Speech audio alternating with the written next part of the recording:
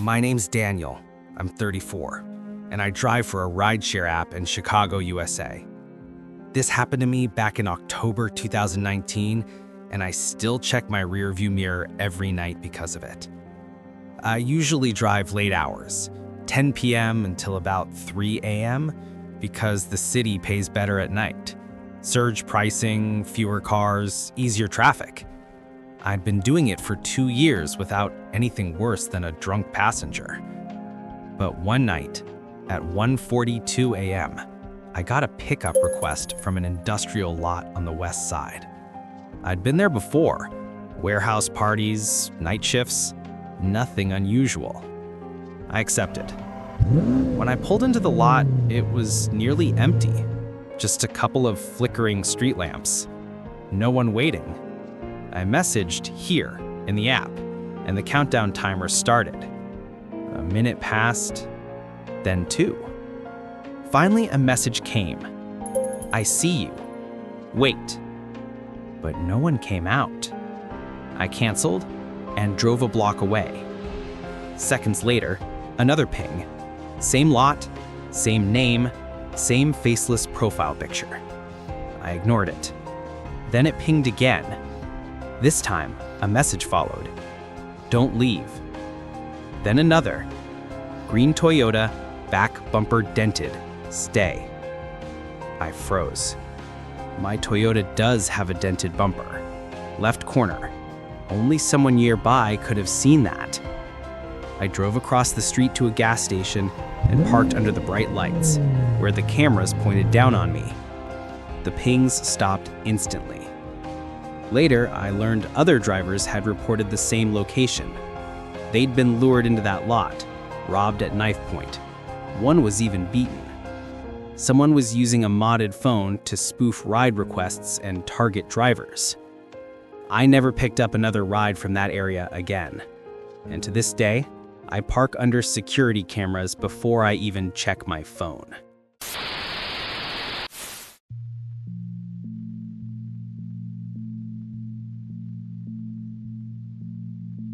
My name's Hannah Kay, and this happened to me in Phoenix, Arizona in the summer of 2020.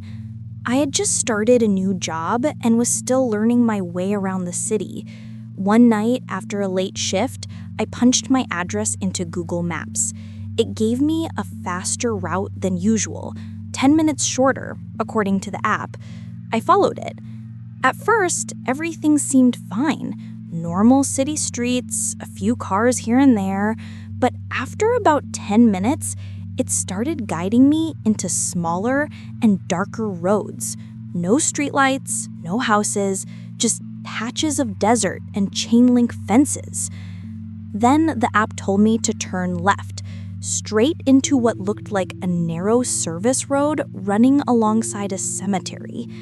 I hesitated, but I'd already missed my usual exit, so I kept going. My headlights cut across rows of headstones, and the GPS calmly told me, in 300 feet, continue straight. That's when I noticed the road wasn't paved anymore, just gravel and dirt.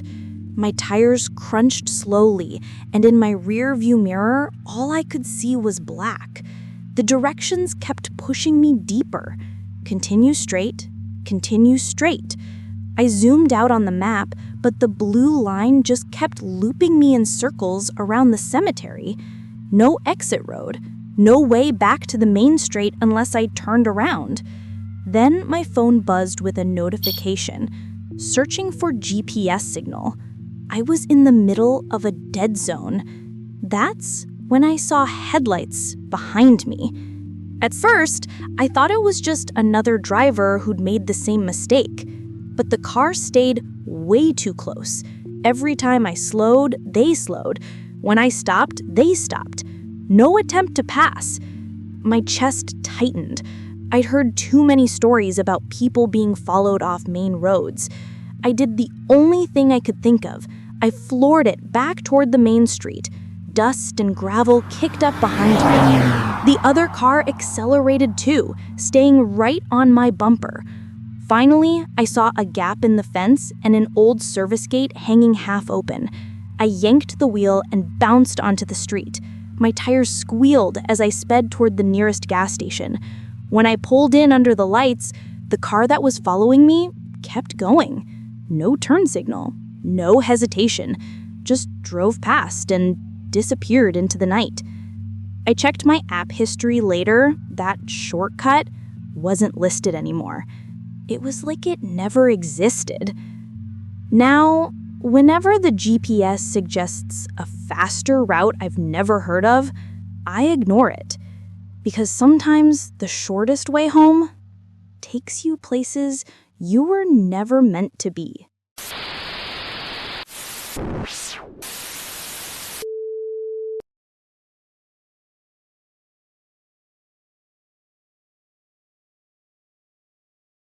My name's Laura P., and this happened to me in San Diego, California in the spring of 2024.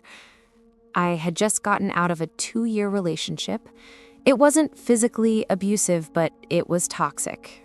Constant fights about who I texted, him scrolling through my Instagram likes, checking my location on Snapchat. When I finally ended it, I blocked him on everything. I thought that was the end of it. 2 weeks later, after a closing shift at the cafe where I work, I was driving home around 11:30 p.m. The streets were quiet, and I was tired. Then my phone buzzed with a notification I'd never seen before. Unknown device detected. This item has been moving with you for some time. I stared at it, confused. I'd heard about AirTags, but didn't own one. I figured maybe someone at work had one in their bag and it had just crossed signals with my phone. I ignored it. 2 nights later, it happened again. Same wording, same timing, late at night when I was alone. I pulled into a gas station and searched my car. Under the seats, the glove box, even the trunk, nothing. My hands were shaking, but I told myself it had to be a glitch. The 3rd night, I was heading home from a friend's place when the notification appeared again. This time, I pressed play sound.